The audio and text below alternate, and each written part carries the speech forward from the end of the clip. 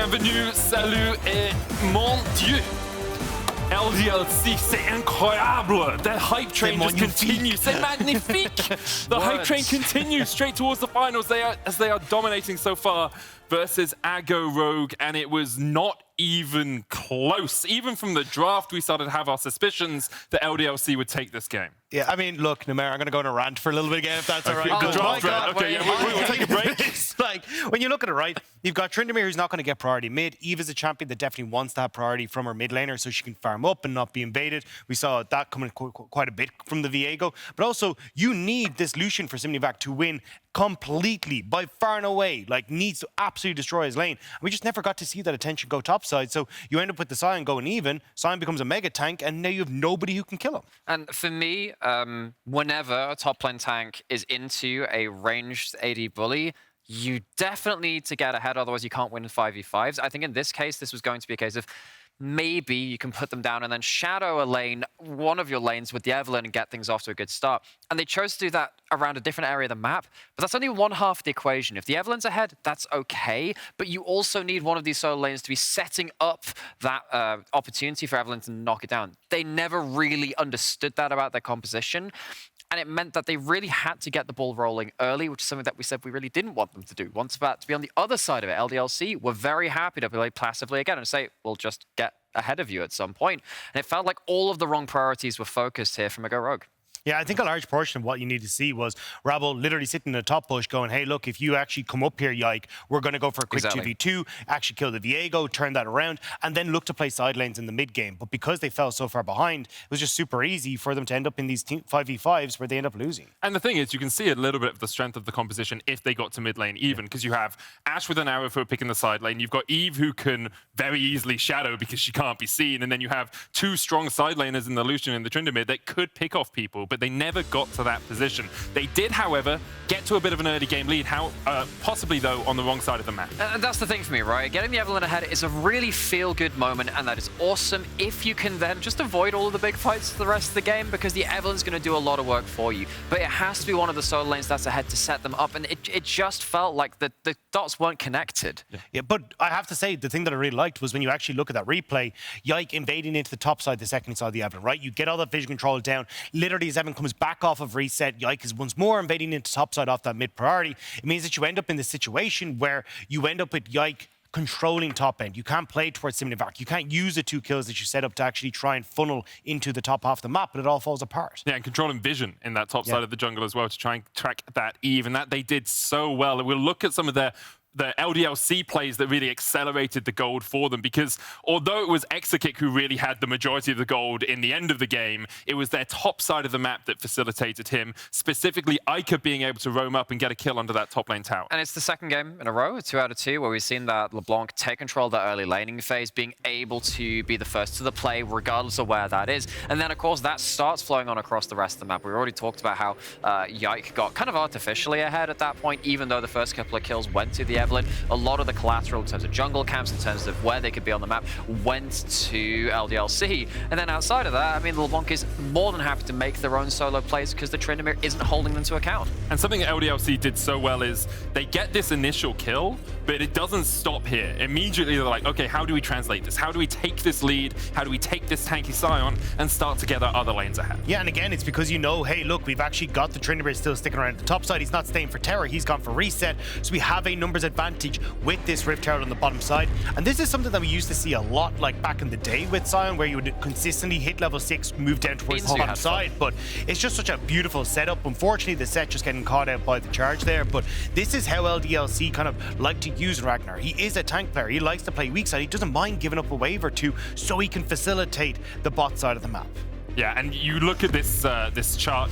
It looks, actually, Exakick is the player we're going to talk about, but if you look at Eika's damage, that's very impressive as well. Exakick was funneled a lot of gold, and his ability in teamfights to just be like DPS was very powerful as the game went on. Okay, I can salvage this. It's all going to be okay, because the thing is, I think LDLC, the way to describe this and the way they play around their AD carry is that they play towards Exakick by actually not playing around him at all and just saying the play will happen somewhere else on the map. While that is happening, you are on a turret, you're taking farm, you're doing something. I think this was actually more apparent in their quarterfinals versus X7. Every time that X7 would look to go towards mid lane, Exakick took a side lane tower. He would get plates, he'd get first tower, he'd get loads of gold.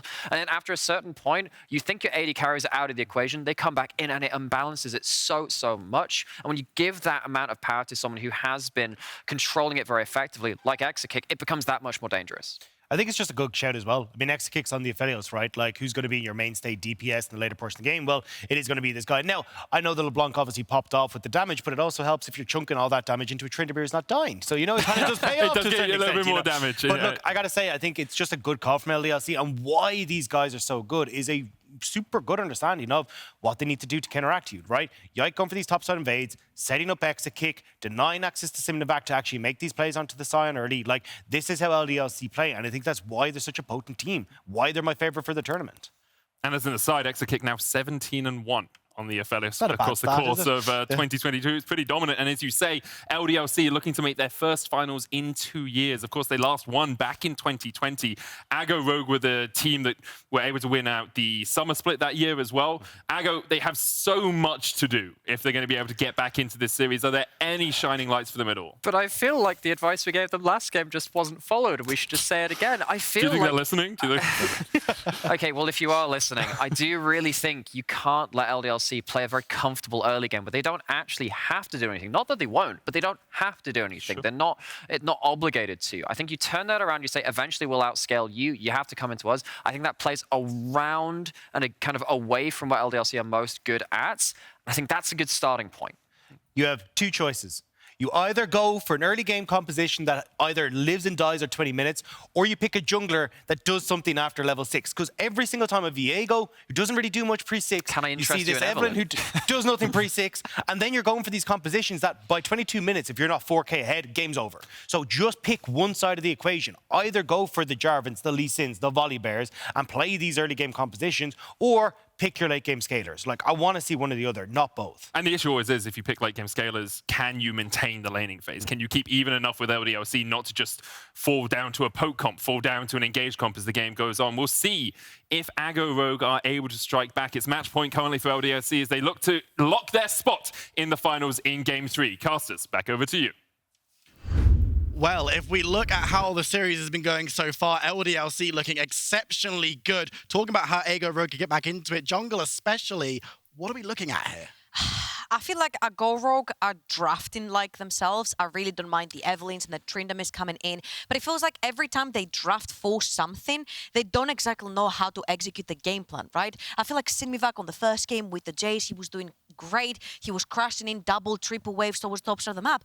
Where is your jungle to dive that? Yes, he was doing great later on with the Jace, but imagine a Jace that had 3, 4 kills on him. Imagine a Malphite that was further behind in the game. And on that one, Rabble himself gets the 2-0 on the Evelyn and then hands it over by overextending for a Scuttlecarp that is not even that important like before it was nerfed. Yeah, and I mean, like, it's not that they're not drafting with intent, because they are, but they're not drafting in terms of what they're playing against, right? You played Lucian into the Sion, you had Tryndamere into the LeBlanc.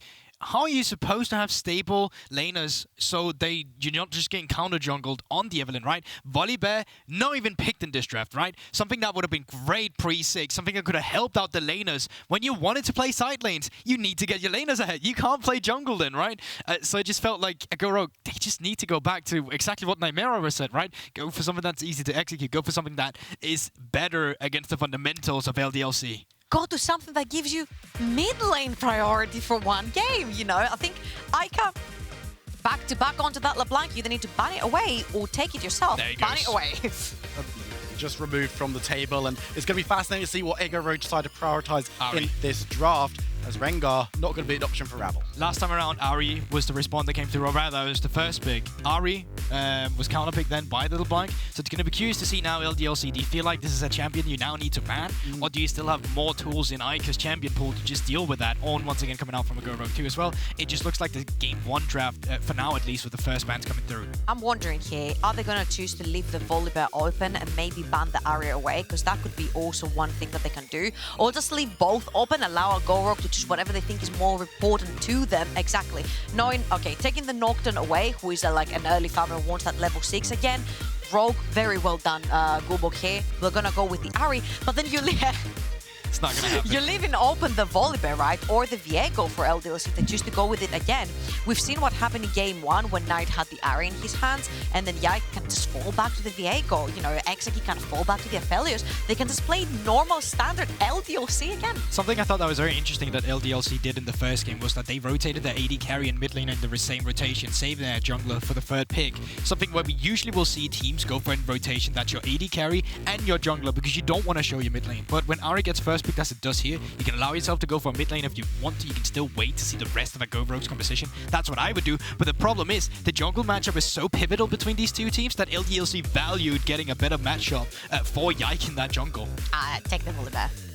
Just take the Volibear, man. No, see, it's happening again. Okay. So this is why, right? Like, you would normally think, and I would agree with you, that You that would take be the the thought Volibear. process. Yeah, exactly. That would be the thought process. But the thing is, between these two junglers, how they interact with each other, specifically around the second respawn timer of Raptors, it's so important, and they want to be the one who's the aggressor. They don't want to be the one who's just sitting back. I hope here this season Lucian Nami, because they really need to establish some priority and dominance towards the bot side of the map. I think Exakick has completely been running away with everything he's played so far, and I love what Namira said on the desk as well. He said Exakick is winning, is being played around by not being played around, and it has been the case, especially when he's on hyper carries, right? So right now he's playing against the Aphelios, shutting down early. The only thing I'm really worried about is that I'm seeing a very low range composition into a Veigar cage as well. So I'm wondering, how do you get past that when it comes towards to team fights? You need some backline access towards that Veigar. You lost your opportunity to pick the Volibear that disrupts the Veigar and doesn't care about the cage with the R. So who's your diver now? Honestly, watch top lane before pick here, and they go for jungler last pick, because that's also one of the reasons why you didn't rotate your jungler in 3 here as they did in game 1. The enemy junglers still haven't been picked, so LDLC, they're still hiding their cards. I mean, for me, it's a case of I'm looking at champions like Gwen, like Olaf even, trying to get through into the backline and cause some problems for this Veigar. You need people who aren't going to be zoned away by that cage. Gangplank and Zinzao both taken off the table, but as you mentioned, LDLC, they're just picking what they love to do. Yeah, and I'm looking at Go Rogue and I'm like, you've got a bunch of champions that can work here, right? You've got 2 immobile lanes so far. You can choose to go with the Trundle that deals really well with them in the early, but ganks a lot in the early as well, right? Which is something that Rabble is not used to doing a lot, especially in the quarters and semis. But you also have still the Volibear available. You've got the J4 available. You've got so much backline dive. I was actually thinking they would 4-pick the Sign here, but I was thinking a Go Road would like them to do that so they could take the Trundle themselves. There we go. And now when Sign just gets banned, then it's like, well, now we're out of weak siders on the top side. Why not just get the counter pick for Ragner then? You're forgetting just lock the in the one only. Viego, and then we can just have fun with it, sorry? You're getting the one and only side lane that is pretty okay to right pick and it hasn't been banned. The Na. It's definitely a shout to go for here as well, but once again, short range into the Do likes that, of Veigar. yes. Trundle finally come through. And now we're going to see what they're going to take towards that top side, what they want to be going for. If it's the Gnar, as you mentioned, someone that's very safe to just lock in and be pretty happy against whatever you want. But we know that Ragnar is going to get a really nice option because he's the one who's been left with the priority. Honestly, even with the champions that's currently coming through, wouldn't surprise me. We saw Ragnar for the Aatrox, depending on the matchups that's going to come through on the top side here. And I think that's also one of the reasons why they're not thinking they want to go Gnar immediately here. It still leaves open good matchup from the side of Ragnar. I mean, all of last year, we spent all of competitive seasons finding out why Gnar suddenly wasn't a good blind pick, right? This time around, it's comfort for Sinmivak. It's on the Camille. So this should technically take Ragnar off the Na because Camille does counter the Na early on, but he can put him on the Jax, which does beat Camille. He hasn't played it yet in the tournament. It's actually Sinmivak that has run the Jax before, but you give them yet again a very easy counter pick towards the top side of the map, and he is going to get locked in.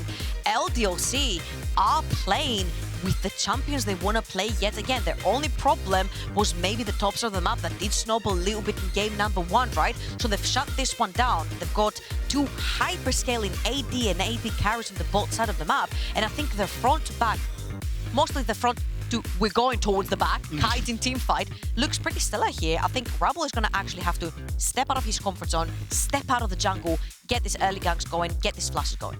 I mean, the question for me coming out of this draft is the desk prophets, they said, look, LDLC, they've been drafting how they like to. Eiga Rogue haven't really responded to that properly. Is this a proper response? I think it's definitely more stable. You have actually lanes to play for as well. Down towards the bot side, you can get aggressive. As Trouble is mentioning, Rabble might need to get out of his comfort zone here. Come in with a good pillar. It's great against the low mobility carries like the Veigar, like the Lucian as well. If you force flashes from these guys, then you actually have a point of aggression that you can play towards. And if you suddenly have that, well, then you can start playing the style that Rabble loves, which is going into the enemy jungle and start beating out the Viego. And we're moving on to the Rift for our third time today. Could be the final time today here at the Amazon European Masters Semi-Finals. LDLC on match point, en route to finals. If they win this game, Eiga Rogue, the last bastion against the LFL, can they pull off the reverse sweep? No, maybe. We'll see. That's why we're here. That was brutal. Okay, I think he was ready to say something because I saw his arms extending, but then I turn around, he's like stretching. Yeah, you know, it's good for you gamers. Check your posture right now and get Posture hydrated. check and hydration check. Yeah, there we go. Okay, so again, I want to put our scope towards the jungle and top side of the map for a Go Rogue because I feel like Rabble needs to yet again step out of his comfort zone and start ganking early on. If you look towards the top side of the map, Sinmivak is also sporting the Ignite. He wants to play aggressive. The problem is here, if he does get shut down, if Yike does choose to go towards the top side of the map and you have no flash, once this hookshot has been used, you're gonna be in really deep trouble. So you need to make sure from a Go Rogue that Sinmivak is going to get ahead in this lane. Problem. Your bot lane also wants to play aggressive because you're playing Nami Lucian. So you need to make sure that whilst you're playing towards one side of the map, your bot side of the map is not losing because Exakick has been getting these lanes for free. Yeah, but I feel like you can still do that with the aggression, right? It's going to be about crashing waves and then playing safely afterwards. And the thing is with Lucian Nami that, yes, you can go in early like we see right now, but if you go even on first items as well, you can still spike. And for the Jax into the Camille matchup, yes, it can be Jax favored, but it's only really Jax favored once you start getting the first items coming through. Even though you have the counter-strike that can kind of stop the Q coming through from Camille, with Camille's hookshot, once she hits him, you're actually out of the counter-strike range, like we see here, and he can't actually use it. So that's how you play Camille into the Jax match. You actually win laning phase. A lot of people don't know this. I really like how you got the visualization immediately as you were talking about it. This is why you're the professional. You know exactly what's going on. I'm just keeping my eyes on how Eiga Rogue want to play this early game because as you mentioned, Trouble, there's so many different areas that they could play around and they kind of want to play around, but Rabble can't be two places at once. So usually what we've seen so far back-to-back games is the fact that we've mentioned Yike likes to clear and then go invade Wraiths. I'm gonna hold this for a second. Nice flash right there from DOS. Really respects the power spike level 2 from Lucian Nami. But and look who's around. Exactly. Look who's around right now. Rabble sacrificing his entire bot quadrant. If this goes wrong, he loses a lot. This might even be too dangerous for DOS. Like, you step up just a few more centimeters, he's there. Look who knows. Oh, DOS gonna get caught out by that pillar of ice. Chomped down. First blood goes the way of Lucian. And that's exactly what we wanted, right? Force summoner spells with your aggressive lanes, make Rabble come down there and get the lead. This is exactly what a Go Rogue needed to do with that composition. And I feel like Rabble also dodged the vision so well that Tribus was warded 100%. from the side of LDLC. He walked around, came down the river. I'm gonna give props to Yike because he sniffed that there was probably a gank coming around, especially since DOS lost the flash. But I like the communication from a Go Rogue here. It was very assertive. It was like, DOS lost his flash. We need Rabble. Oh my god, Right Exakick gonna get now. chased on to LFL picks up a second. This is the aggression we wanted to see. And there you have it, electrocute once again from beansu. DOS, or rather Exakick, just not ready for it when the damage came through, and he had Yike in the background. That's why he stepped up. He wanted to bait it, but he just got blew up before it even mattered. And that is every single summoner from the bot lane of LDLC. Once you take all 4 of them, they're extremely squishy. You keep hitting DOS on that Lulu. Level 2 Lulu is going to go down so fast to an electrocute Lucian Nami. And I would love to see just Rabble permanently going bot side of the map with DOS being flashless.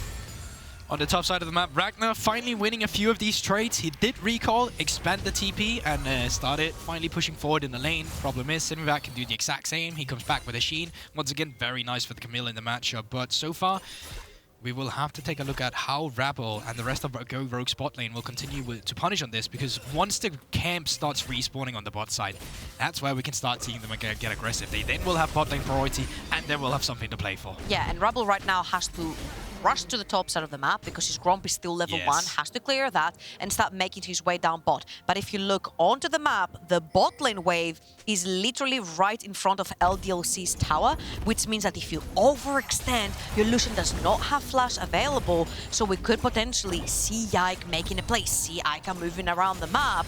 You see that they're not allowing the wave to crash right there. They want to keep it where they feel safe farming. But that's also the problem. Yike is on the top side of the map, and when he's finally on the bot side, well, it will be mimicked by Rabble. Yep. So far, even that rotation in like a good scenario that you're talking about from LDLC here, it'll be very difficult to replicate. Yike getting aggressive. Yeah, moving in towards Rabble, but the chomp down onto Gromp, and Yike just gonna move back away. And we were talking about how these two junglers were going to interact with each other throughout this entire series, and this time around, it seems like Rabble might just have the slight edge. I feel like what's been happening, I won't necessarily say that he has the edge right here because he's been spotted. They know that he's cleared the top quadrant of the map, so he's gonna end up towards the bot quadrant of the map. Who's on the bot quadrant of the map?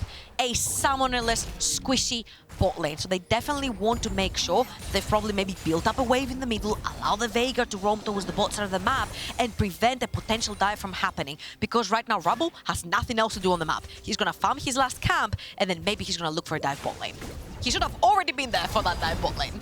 Yike is going to be down on that bot side, maybe a little bit quicker if he does run down without taking any of these camps, and is actually going to be hanging around. He's predicting the dive coming through from bot lane, but Rabble's a little bit slow to the punches, just moving up now as DOS takes a bit of poke, and there could be a skirmish in the offing. Yeah, you mentioned it earlier, Trouble. No flash in the Lucian. Yike getting aggressive. Might run into Rabble, though. Catches him out with the wall, and that is going to dissipate too much pressure. But look, it is going to be Nite moving first. Going to be called out on all the vision in the world, though. So LDLC will have information on this. They're looking towards Exakick. He's already gone low. The chomp down, the damage coming through. Can Nite secure the kill? Yes, he can. Gets a second as well. Onto the Lulu. Double kill for Ahri. It's clean cut, and they're not losing anything from it. Yes, currently Yike is pushing in the mid lane, but in the grand scheme of things, that does not matter.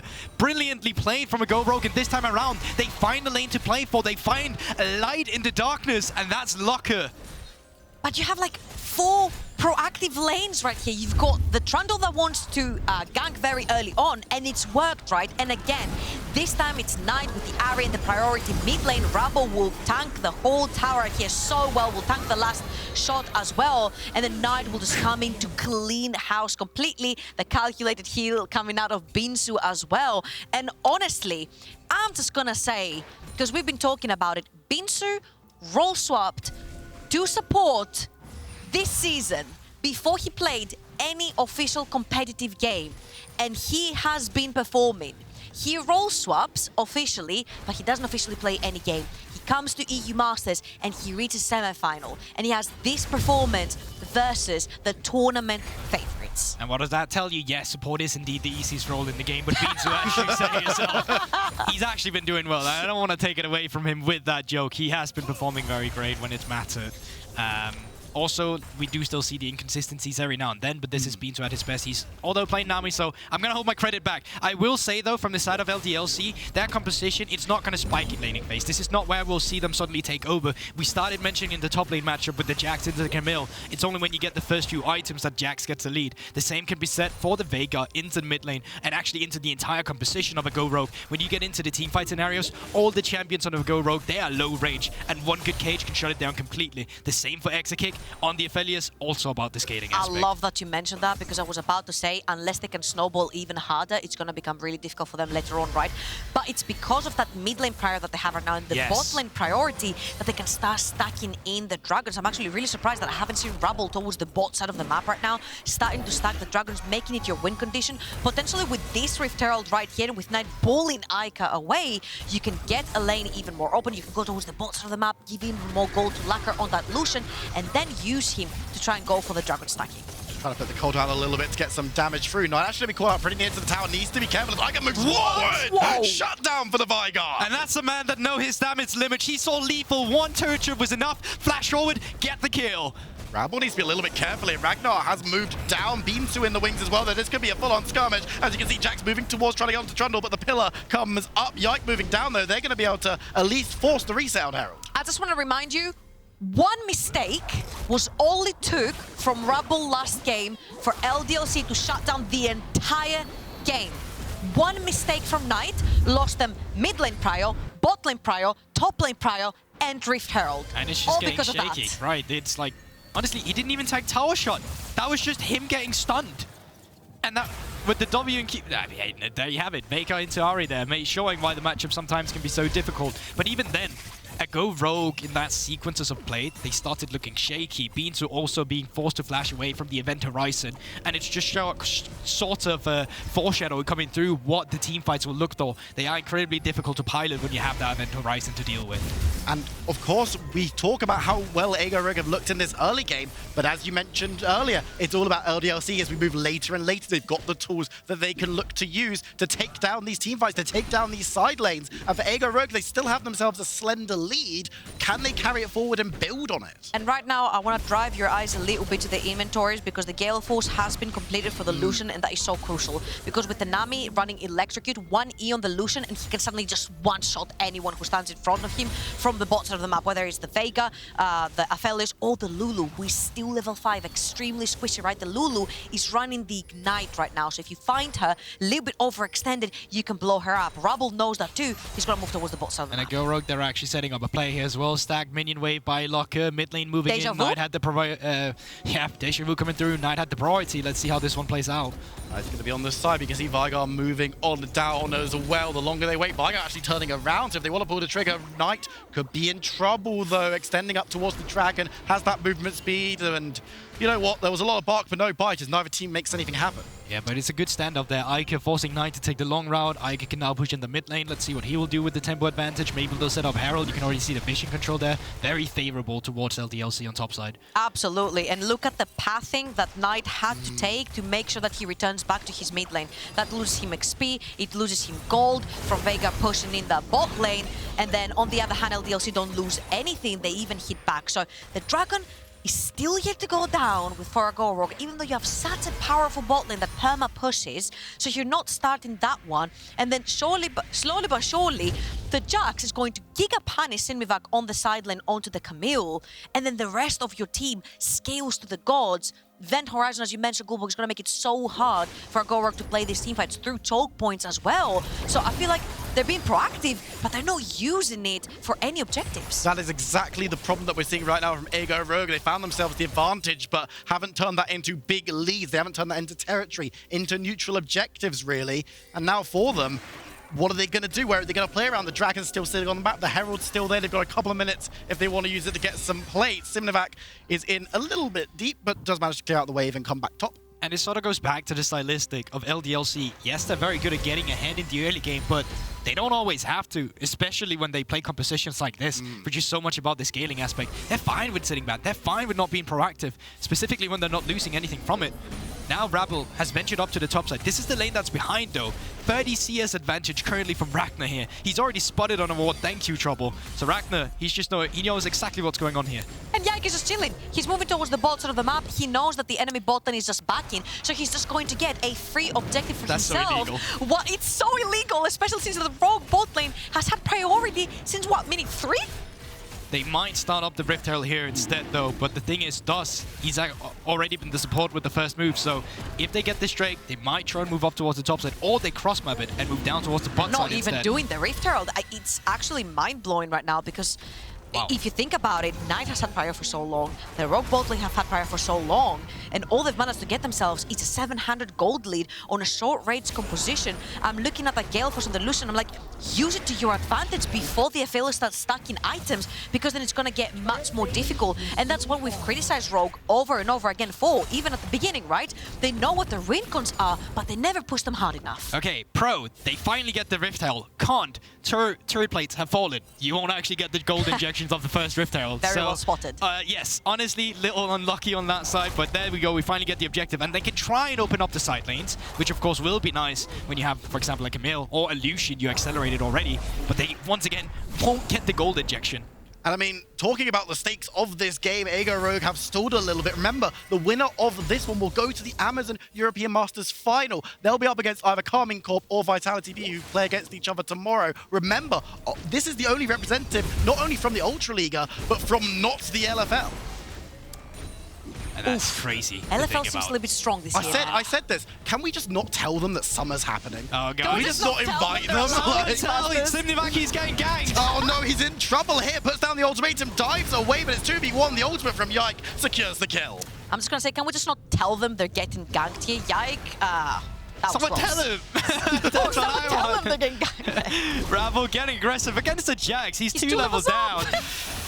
I love how you looked at the glass half empty. You're looking at Rabble. You looked at the glass half empty, I looked at the glass half full. I'm like, he's 2 levels up. You're like, he's 2 levels down, he's dead. I mean, Rabble's still alive for a second longer, picks up the pillar. Nite is here, this could be the turnaround. Picks up one, dives forward, the Everfrost. The second, it's a double for Nite. Finally, something going well there. They accelerate something into the mid laner. It's not really come with their own proactivity. It's a reaction to the top gank, but the LDLC, they overstay their welcome, and Nite, he's able to capitalize on it. Okay, you have a 4-1 Ahri, who is only 600 gold off of a champion that perma-scales into the late game, the Veigar. And what do you get out of this? A lot of golden experience is going to be lost towards the top of the map. The entire wave actually is going to be eaten away by the tower. Yes, mid lane, you didn't lose much because Eika was there pushing it. And all you're going to be behind on is maybe your top laner who, ding, ding, ding, is already almost 40 CS up. He's chilling, having a good time. Haven't finished up the Divine Sunder. I take it back. He just bought the Divine Sunderer. So there we have it. Mythic has come through as well. The thing is, Sinmivak got his as well in the inventory. But once again, very scary to gank a Jax. I mean, you're a Trundle, you're a Camille. That Counter-Strike kind of just mitigates most of the damage that you're going to be afraid of. And is able to just survive through on that 2v1. And of course, the dive in the end worked out for Veigar. And I think that's crucial what you said there. It was a response. It wasn't them being proactive. It was them coming up and playing off an overstay from LDLC. They don't give you that many openings, but it's crucial that when they do, you have to grab them. And now, Rabble getting the Rift Scuttle can try and counter jungle for the blue buff that have spawned on the side of LDLC. That's just not going to be it, though. Even though they could push in the mid lane, they could push in the bot side, but they're looking for an overextension of the LDC bot lane. But they did this one time. They're not going to do it again. Yeah, and you don't really have a wave right there to play with as well. I feel like a Go Rogue have not necessarily been managing the waves towards the bot side of the map very well, especially when Rumble is coming about to try and... Trundle, rather, not Rumble. That's not a champion in the game. In this game, in particular. I'm losing my mind. Do you need help? Slowly but surely. Yes, please, thank you. I got you. Don't worry about it. But yeah, I mean, they still have stuff to play for. I think we just need to see them be proactive, at least on the next Drake here, because you still have this gold lead. You have a 1k gold lead. You want to see stuff getting finally taken on the map from the side of a Go Rogue. They have a Rift Hell in the inventory. You have all the tools to be proactive here, so it's really on a Go Rogue to just start making the play. It's the same hover, though, from Rabble. The same hover that he's been doing for the last 10 minutes straight. He's hovering towards the bot side of the map. Nothing is really happening. Maybe we'll see an opening right here. 50 seconds for the next Dragon. You're going to spawn the Rift Herald in the mid lane, and there's not going to be too much response because you have more members around. But I do like this rotation unless Ragner... Oh, I don't like this. If Rabble goes down, it's going to be secured by Yike, who takes up the Trundle form and could look to move forward. Going to be dodging away, taking a whole heap of damage. But Ragner's on the side, but can't find an opening. I was just about to say, I really like what we saw from a Go Rogue. They pushed in the bot side, they moved their bot lane into the mid lane, and they got the turret. The problem was Rabble, he's the melee. You don't really have to walk up there. The turret was kind of low. Just needed your range carries to take it away, back off, go down, pick up the bot lane, and then start a play again. This just looks so messy, honestly, from our Go Rogue, because as you mentioned by Varun as well, it's always them reacting to a play, and when they're being proactive, they somehow get instantly punished. I agree with you, Gulbok. When you have Nami there, Lucian, Ahri, you don't need to step up to the tower, get instantly punished. Give a kill to a mid laner, again, that's perma-scaling into the late game, and it's going to make your life hell. But now, we still have FLICKR, who's a phenomenal carry. Got 9. Don't be there. Puts down the Everfrost, and the damage is huge. Yike dives forward. Nite gonna try and get away. Will be able to dash back, but we've already seen one mistake from the Ahri. They can't afford a second. And remember, even though Nite still has his teleport available right here, while Sinmivak is also fighting for his life. Oh, gonna be able to get shot away. Nite is not going to have his ultimate in this fight, so even though he TPs back, you've lost most of your strength as an Ahri, which is hopping and skipping and jumping around to try to make a pick. So even though, yes, he instantly TPs back, he gets that minion wave, LDLC are literally running away with murder here. Yeah, the thing is, there's not really a cross map to come through that teleport. I mean, we could have played up towards the top side if we wanted to instead. Rabble still playing around this Rift Scuttle. The rest of LDLC, they're out of vision. They know there's a ward, but they will back out this time around. Viego Rogue will be back towards the bot side for the lead. They're going to put the culling down, but Exakick takes basically no damage. Really, really worried for the Ultra League representatives here. Nite, once again, might be a little bit overextended. The Charms comes through. There's the stun, but the root comes down. Ragner trying to get some damage down, but won't be able to secure the kill as a bit of poke on the backside. Yeah, maybe with 2 aggressive items coming through from Ajax, but not yet. Charm is enough to disengage that one, and he's just walking out with the extra movement speed. On towards the top side, teleport is coming through. Sinmivak might be overextended. Sinmivak might be in trouble. Will be able to get away from the cage, though, as Yike chases forward, gets the slow, but not the stun, gets the damage down, looking for the primordial burst. He's actually going forward, but the dodge away with the ultimatum. And Sinmivak, that was beautiful. Uncharacteristic from Yike, he makes a mistake. Oh, Sinmivak with the double. That's huge. That could turn this game around. Sinmivak, highlight play coming through there from a Go Rogue when they needed the most. They get a bot side turret as well. Yike invested a teleport and a fumble from the LDLC mid lane, and we don't often see this. Sinmivak steps up, show why he's got a prowess on a champion like Camille. Hit them with the emotes right there, Sinmivak, because you absolutely outplayed the ish out of both of them. Eika is going to miss the Everfrost. He's going to proc the passive right there as well. But then when he flashes for the Q, for that R, Sinmivak absolutely dodges it with his own R. And then Ragner is like, well, I have to finish what got started. But he has no abilities left. And it's just a great hook shot coming through there. Kind of just putting away the distance, making sure that the auto attack from Ragner cannot come through. Tower really just does the rest. And now you got yourself with a laner who's ahead on the side lane, which you really don't want when you had a Jax specifically picked in to this Camille to shut it down. And we talked about when LDLC make a mistake, you have to grab onto it. Viego Rogue, once again, Sinmivak on its own manages to do that. And now you can see members of Viego Rogue moving up towards the top side, but LDLC are lying in wait, looking towards beansu, who's going to have to be careful. LFLICKR as well, a little bit overextended, looking towards the Nami, get a lot of damage down, but LFLICKR goes away. The teleport coming through as well. This could be a full-blown finance toss. Needs to be careful, takes a whole heap of damage. Sinmivak is going to look towards the re-engage, won't be able to find the hook shot, and is forced to back away, but he keeps his team alive. Oh my god, DOS right there. I bet his breath was caught for a second. Rabble needs to be careful, caught up in the cage. Nite dives into the cage as well. The first kill of the fight goes over to Eika, but Nite dug up from the Nami, beansu on the side, manages to help get one back. The ultimatum on the DOS will be able to catch him out. That's 2 kills to 1 for Viego Rogue. That's 2 good plays in a row from the side of a Go Rogue, and they're excelling at their pressure now. They can continue with the siege on the top side. They should be able to take the turret, and with this, they've taken care of all the outer turrets. They should be able to start becoming aggressive with Rabble in the opponent's jungle. Yeah, and the Camille is starting to pick up as well. 1,000 ahead of the Jax right now. Sinmivak is an absolute beast on that champion, and mind you, he blind picked it, knowing that the counter pick could potentially come through. And it feels like once the event horizon is not there from Eika, you cannot overextend, you cannot make this plays. beansu takes the stun right there and then flashes out. And right here, DOS is in a lot of trouble. He holds his ultimate because he knows Sinmivak can jump in onto that Camille, but that is still a Lulu on like 10% HP. And once Eika joins right there, Rabble overextends once again onto that Trundle. But everything in the kitchen sink is thrown at that Trundle, so a Go Rogue are able to re-engage. Since Exakick, I don't think he put any autos in this fight. Maybe one. It's also just the fact that they're so split, right? Exakick, he was taking care of the minion waves under the turret, and Nite, he did get stunned, but they just tunneled on Rabble because he was the closest one. You could have tunneled onto Nite instead, killed that mid laner immediately, and maybe the fight would have turned out differently. But now, once again, all outer turret has been taken. We're 22 minutes into the game with only 2 Drakes taken so far.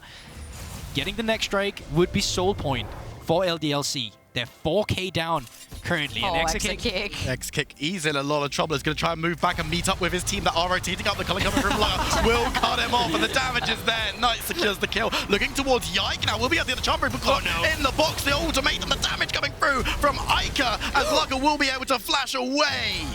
Charm almost connecting there. They still aggressive. They're still showing their aggression here, rather. Eika might be caught off guard. Disperse. Camille is around. You gotta disperse at this point because this is a Camille that has just completed her second item as well. Death Stance DOS, you're too far. Looking towards DOS, should be able to cut him down. The ultimate used, but it's not going to be enough. LFLICKR with the kill. This is not typical LDLC. Everyone keeps overextending right there. They're all getting picked apart. And Sinmivak is having the game of his life right there. Yike, thumbs up for getting out. But this is so uncharacteristic from LDLC.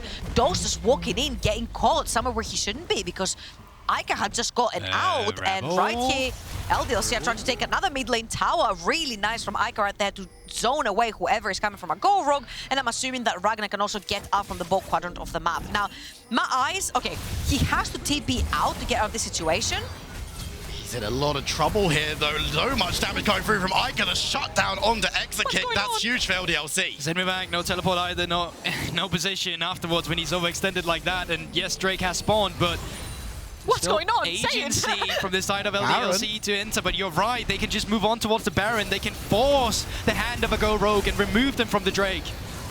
What are they going to be able to do here? How do AGO contest? They've got FLICKR and beansu moving towards, of course. They have some pretty big ultimates available to them, but are they going to be able to do it else? The Baron goes down to 3 fouls, and help is there going to be any opportunity to try and steal us? One of them comes through, but it's secured by LDLC. Toss chased off to the side. Ragner is going to be able to get over, but will fall to the auto attack. They're going to be able to cut down another couple as well. LDLC get away, but it's only Baron on 2. Now we need to see what LDLC can actually do with this Baron, because they only have it on 2 members that are going to be bunched together. If it was on the Jax, I'd be like, oh, this is really worth it because you can take it on a side lane, but you cannot put your Veigar in a side lane, you cannot put your Viego on a side lane, and you've also gifted a free dragon to the side of Rogue. We need to see how much worth it this Baron will be at the end of the day and what you can take with it, because so far 3 of your members died, you lost a lot of tempo on the map. What should have been Soul Point, which is Hextech as well, so strong for you, goes to the side of Rogue, and again here LDLC with an insane calling. Yeah, once again making them very low, but look at the cage coming out from Viego, from Eika here. He's anticipating that someone's going to be on the flank, but if this one comes down in the beginning to the entrance of the pit, maybe Ragner's able to flash out as well, and having that Baron buff in the Jax would have done wonders for you in a side lane.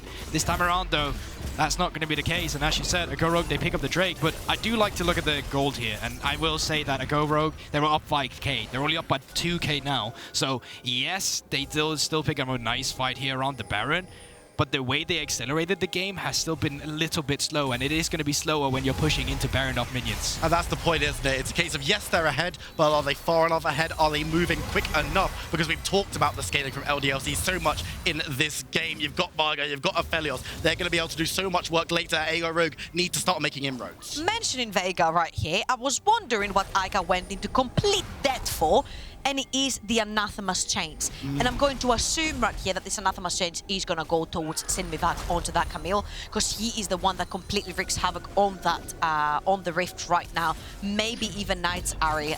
I'm not sure how it's on right now. Maybe the spectators can tell us. But so far, again, we mentioned what can they get with the Baron, because again, if it was on the side laner, yes, you can put Jax on the side, push maybe 2 lanes at a time, but it's on your Veigar, can't overextend. It's on your Viego, he has to shadow the Veigar. So all in all, the Baron power play, it resulted in a tower mid lane for a Go Rogue. Yeah, there we have it. It was a Nite. I think reason why you do that as well is because Camille has true damage, so you don't want to put Anathemas on that because it goes through the reduction, unfortunately. Same when you have a Vayne as well. We've seen in the beginning where big discussion, was it a bot, was it not? No, the true damage does work on Anathema's Chain. So it goes on towards the only AP damage dealer as well, which means you can manage, you can start building armor as well if you want to on the side of Yike as well. Frozen Heart can even be an option if that's what you're looking for. But now, down towards the bot lane, Ragner might be getting caught. Yeah, overextended, caught up in the ultimatum, tried to jump away but won't be able to do so. Teleport's coming in from both sides here. The tidal wave comes on through, it hits up too, as Yike needs to be a little bit careful but has so much damage available. Ragner going back in towards Sinmivak, who needs to be careful, will be able to survive. The shutdown goes on to Rabble this time around, as Ragnar still called out, gonna be cut low, shooting down. LDLC gets another, a double for the Trundle, as Rogue take more. LDLC have been overextending the entire game and shut down by a Go Rogue.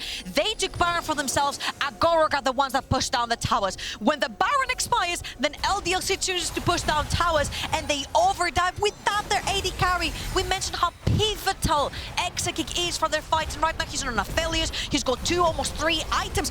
Wait for your carry to get there. I think LDLC are getting a little bit too impatient to finish the series, and every time they overextend to make a play, they instantly get punished. 20-second death timers now as well. They're able to get the tier 2 turret, and let's just have a look at what you're talking about right now, because you take a look at the minimap, right? Exakick, he's only passing the blue buff right now, so I think it's a great disengage that initially comes through from Eika. The cage is absolutely huge, but they kind of get baited here. They're like, what, Sinmivak? He's kind of getting low here. He's still 4 versus 5. It's really not going to matter in terms of the war of attrition here, and when Exakick finds around, he's like, well, I guess I'm going back to where I came from. And it was really clever from a Go Rogue to re-engage that, right? Because they saw Exakick on a ward, they pinged him, and they're like, this is a 4v5, they're missing their strongest member right now, fight. And once they did, they managed to pick up another decent skirmish. The gold leaders got back a little bit more in their favor. 3,000 now as LDLC need to start finding solutions to these problems because, yes, they've got the scaling, but Ego Rogue, they're looking more and more likely to start making a heavy inroads towards these later objectives, towards the base. And the more they can gain, the more likely they are to win. And Exakick clearing up the mid wave, coming into him currently. They're just playing stalemates here. We're waiting for the Drake to spawn right now, and in between these two AD carries, it's been different stories coming forward, right? But LCKR finally able in this game to excel himself. Gold difference usually is in the favor of Exakick, but I will say the reason why the gold difference from LCKR is so low as well is because he plays champions like the Ivan. He plays champions like the Soraka as well. And then the impressive part is, well, he's playing Ivan, he's playing Soraka. How does he still have an average damage percent ratio of 24 that's so close to Exakick's? It's because he's so good when he's on the AD carries too. And that's what I was about to say. The damage percentages are so close for somebody who doesn't get the same gold percentage thrown his way, especially when you're playing the more passive lanes. As you mentioned, Gubok, you're not going to get as much gold. This time that he has the gold funneled in him, 6, 0, and 5 on that Lucian. That flank, oh, they've spotted them. Yeah, it was a long shot, and it looks like Ego Rogue have called them out. It might be looking towards Ragner in the side lane. Yike gonna stick around, was looking to recall, but decides against teleport coming on through LDLC. He's gonna have to ult. That's giving them warning. Yike's gonna have to ult over the wall. Rabble's still there, but is thinking he might not want to get too far involved. Yike is trying to be Metal Gear Solid. They go on to Ragner. Can they get the kill on? Jackson Cullen comes through. Can't dodge away from abilities, mate, and he goes down. Nite secures the kill. How in the world is it Ragnar that dies there? Yike just casually walks into a bush. Ragnar steps up because, I guess I'm safe. No, you're watching them get out of there. Yike is like, see ya. It's the little, he's in a cardboard box and he just sits there and just sneaks his way out as LDLC don't lose their jungler, but now Baron. But look very quickly what was lost from the side of Rogue. We have 3 ultimates, crucial ultimates lost. The Culling, Trundle ultimate, and the Camille ultimate, which means that they're gonna go for the Baron. So LDLC don't have time to respond with the Dragon, and they have to actually respond. Oh, they might have caught Sinmivak on the back line here. So much damage comes on through. The tidal wave comes out, but the Camille is down. They're gonna be able to grab up that one, move into the pit now, looking to potentially steal this one away. Rabble is still there though, as Yike goes out the pit. Another cage comes on down to make sure that the Baron is gonna go down super slowly. LDLC still looking for the test. The Baron goes down too. Teleport coming through. Who's going to be able to get it? Stolen by Yike! LDLC take the Baron, move forward and try and take the fight. They're cutting through Rogue on the retreat. Nite is getting away, but that's disaster for the Ultra Leaguer. He has flash! Everything falling apart by the schemes at the Baron where they're supposed to get ahead. Yike must fall for his troubles. We trade Yike for Baron. More like yikes at this point. Stop it. Oh, there's inroads coming through from LDLC. They're moving down the mid lane. They're going to be able to crack open the base. Defenders from Ego Rogue. There's only 2 currently. Sinmivak will be up in 5 seconds time. How much can LDLC gain? It looks like it's just an inhibitor this time around. But guys, LDLC did that while their AD carry was soloing Drake, and he's late to the party. The vision control wasn't good enough. They spotted Sinmivak on the wall the whole time, and then the flash from Yike. This might is true, and so is the Baron steal. I kept screaming that he has flash for this fight, and a Go Rogue just did not walk away from that Baron. That didn't account for Yike flashing into the pit. Well, they didn't hear you. Exactly, clearly. I did scream pretty loud. I'm sorry for the people at home, but I did scream pretty loud. But a Go Rogue, especially when you're in a position when you know you can win these skirmishes, you definitely do not want to take the 50-50.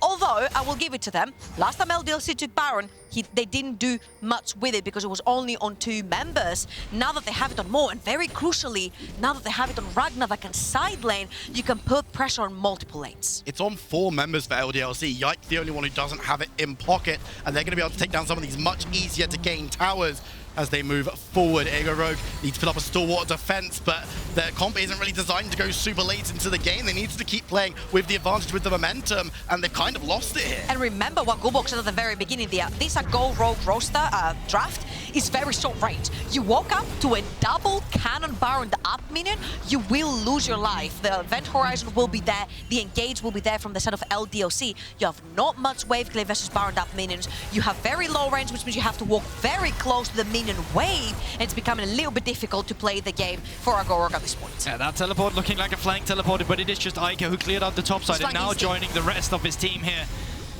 Do you have 3 cannon waves to play with? One of them baited in onto the turret, and this might just be a little bit of a slow one, but a mid lane inhibitor with the super minion will have to get a response soon as well, and LDLC, they press forward. Yeah, the wave has been used though. Veigar Rogue wants to defend this and hit the tower. Won't be able to find anything. No, massive snipe coming through from Aphelios. FLICKR and beansu need to back away. This should be the tower forfeit. But that's all you need. You don't have to kill them. You just have to push them away. You take the middle tower, you take the bot lane tower and the inhibitor as well. You open up the map, and now you have 2 lanes pushing in with burned up minions. How far can LDLC go with this one? They're moving towards the Nexus towers. They're looking for a stun. They're looking for a pick. Can they find anything? Yike dives away. The damage coming on through them. They've caught out Rabble. He goes low. He's going to be forced back. Sinmivak dives on through. The defense from the Ultra League needs to be strong. He manages to avoid the Viego ultimate. Sinmivak taking so much damage, gets blown to pieces. And now Ragner moves forward. beansu has to back away. Members of LDLC are moving further down. Jax has fallen, but so has Nami. As Veigar Rogue needs to move back to that fountain. But the Nexus towers, they're going so low. The first one falls. LDLC looking for the second. It looked like it might have been the day for the Ultra League, but LDLC are going to move to the Amazon European Masters Finals, and they do so undefeated. And we were so close to a game for Go Rogue in this one. They had the tools, they had the draft, they had the momentum. But in the end, they lacked on the execution. And LDLC, they come back with a clean barrage steal. They find the team fighting and they take it at 3-0. Once again for LDLC, they remain undefeated at the European Masters, moving into the finals. They didn't have the French flag behind them, Google. This seems to be, I'm just gonna say, I've been here for the back-to-back from K-Corp. If you don't have the French flag behind you, apparently you're doomed to not win EU Masters. And we're up for an all LFL final. And we've got, of course, Carmine Corp and Vitality B in the other side of the bracket. They're going to be coming up against each other tomorrow. Winner of that one will be going up against LDLC. They'll be intimately aware of each other from playing in the same league, but this LDLC team looking pretty scary. Yeah, I mean, I got my money on Vitality B. You know, I mean, I know I'm a little bit alone on this one, but I mean, let's go Beast. I said Vital. What? Send it away. I've heard a Carmine Corp, but LDLC made it to the final on the back of a massive Baron steal. And in a few minutes, we'll talk with the man himself, LDLC's Yike. Don't go anywhere.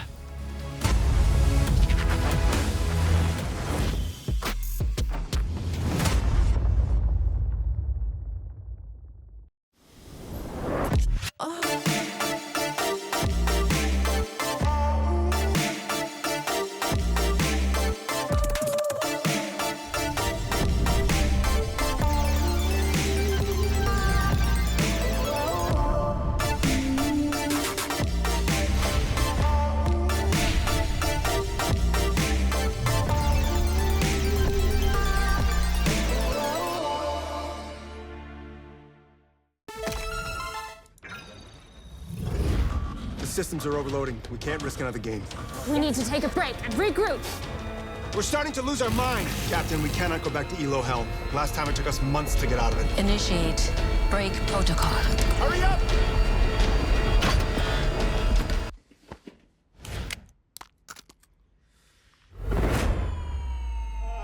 Yes!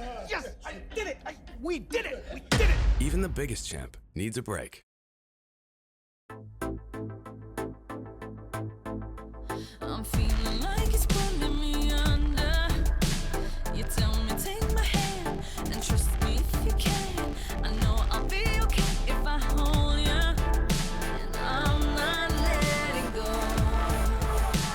You're woken up this feeling inside me. It's opened up my eyes. This thing I cannot hide. Do anything to keep it around.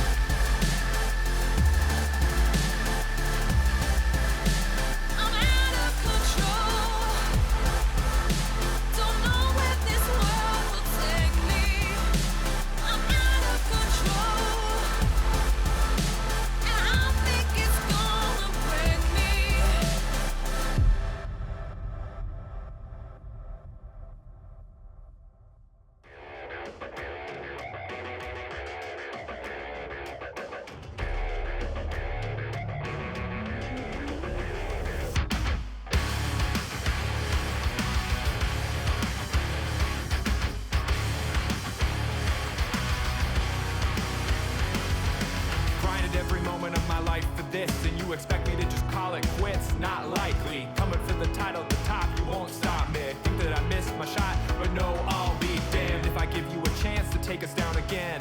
I've got what it takes to get you in the end. I'm mad, I'm upset, I'm inspired, I won't quit. You can call yourself king, but I won't submit.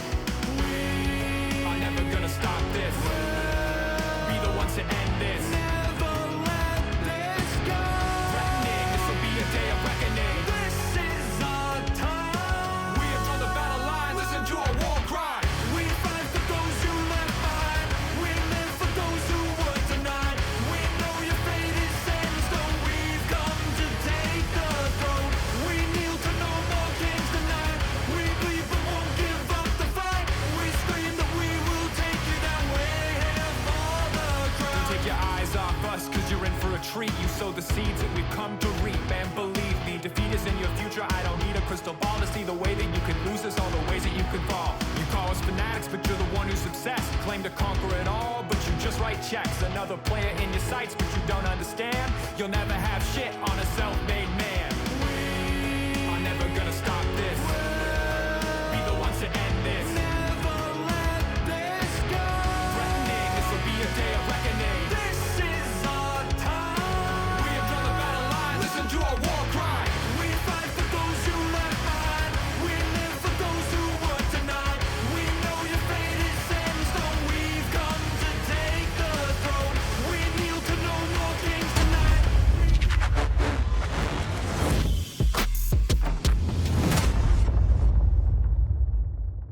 Simplement Yike, je pense que c'est ça qu'il joue.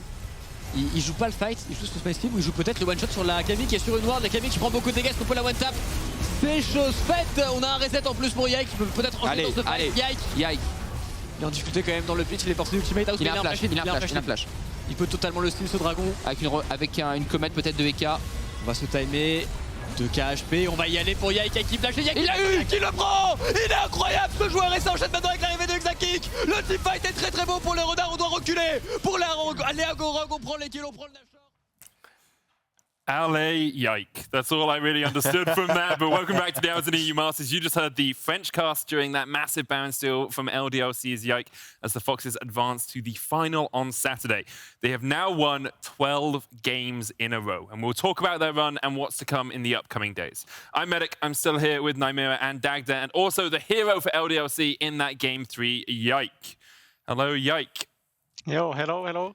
Well, obviously, congratulations on making it through to the finals. 3-0, once again, undefeated so far. Thank you. In the EU Masters. I did want to ask you, it's been quite a meteoric rise for you. You know, you won Division 2 of the LFL with Oplan, and now you have won the LFL, and you are in the EU Masters finals. How does that feel for you?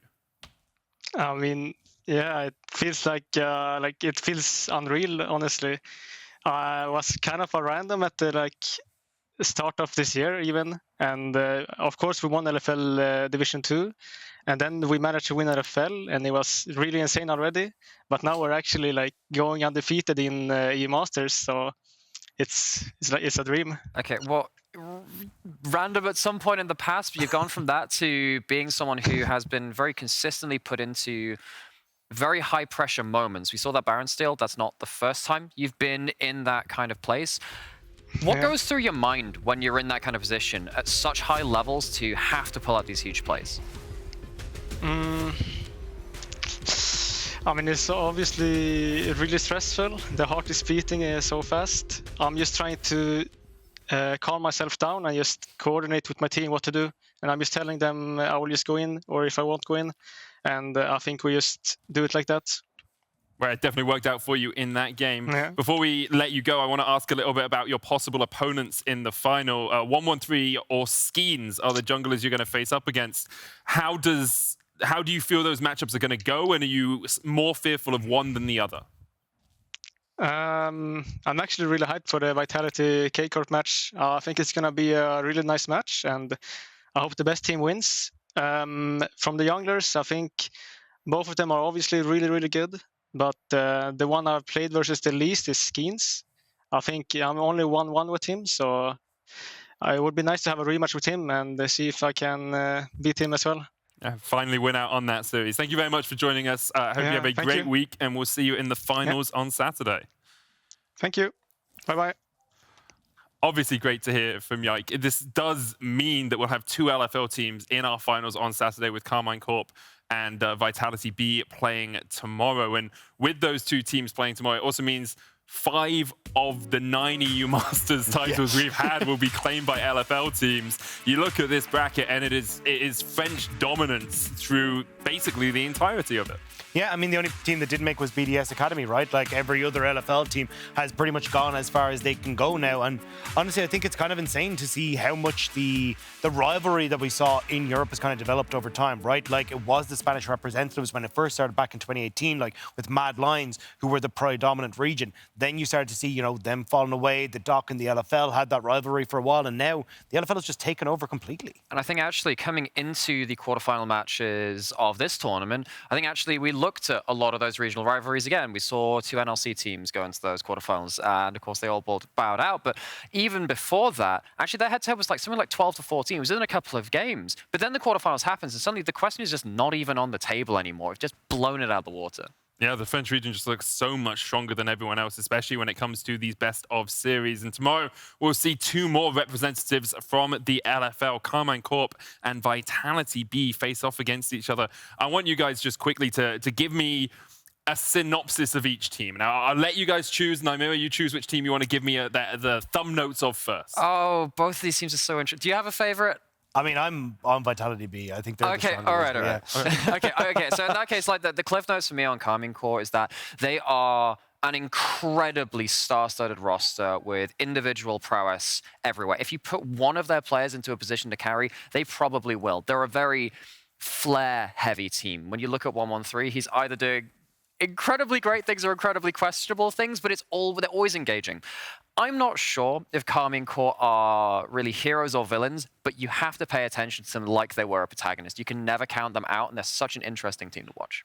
Yeah, and obviously going up against Vitality B, I think they're going to have to work cut out for them. I think Vitality B are a team that does very well off of set plays that they use in the early stages. So you're looking at them going for dives on bot side or top side, kind of working a lot through that mid jungle and influencing the rest of the map. And I think that's where Karmine Corp are going to have to make their stakes, because once we start to get into the later portion of the game, Vitality B have an incredibly strong team fight that they like to try and play through and use those early advantages that they have. And for Karmine Corp, you're going to have to come well prepared if you're going to go up against the B. I think there's multiple different battles we're going to see on the Rift tomorrow. And one that's actually stood out to me is one that perhaps coming into quarterfinals you wouldn't have talked about too much. You will talk about Seiken. You know, in the mid lane, Seiken has always been a big star for Karmine Corp, but Diplex, in my eyes, has really stepped up over the last few games. And I think that matchup could be defining alongside the junglers as to who can get ahead in that early game. And I think, you know, before this tournament, some people were asking me questions about Diplex. I was thinking, well, look, there's so much talent throughput in this whole system. It's kind of hard to stand out. So I was like, look, I'll hold my opinion on this player until I see some more footage of them. There's a lot of hype around them, but let's see how it works on the higher levels of play. And they've really stood up, and they've really been counted for. And when you're against a player like Seiken, who very often is on stuff like the Rise, the LeBlanc, the Ahri, that immediately takes over the game, immediately makes their impact felt across the top side or wherever they need to roam to, it's going to be an even bigger test, but I think they are equal to it, and I think that Diplex is going to have a great series tomorrow. Okay, quickly, before we round out the day, give me your predictions. Who's taking it? You've already said Vitality is going to win the EU Masters, so I'm holding you to that, but do you really think they'll beat Karmine Corp? Maybe we'll see what happens tomorrow. You said they'd win. You definitely said, I think they will win. I think they're going to win tomorrow, and I think they're going to win 3-1. Okay. Yeah, 3-1 Vitality B. 3-1. Well, we'll see tomorrow. That's all from us tonight, but we'll be back tomorrow for more action as Karmine Corp and Vitality B face off in our second semi-final. Don't you dare miss it.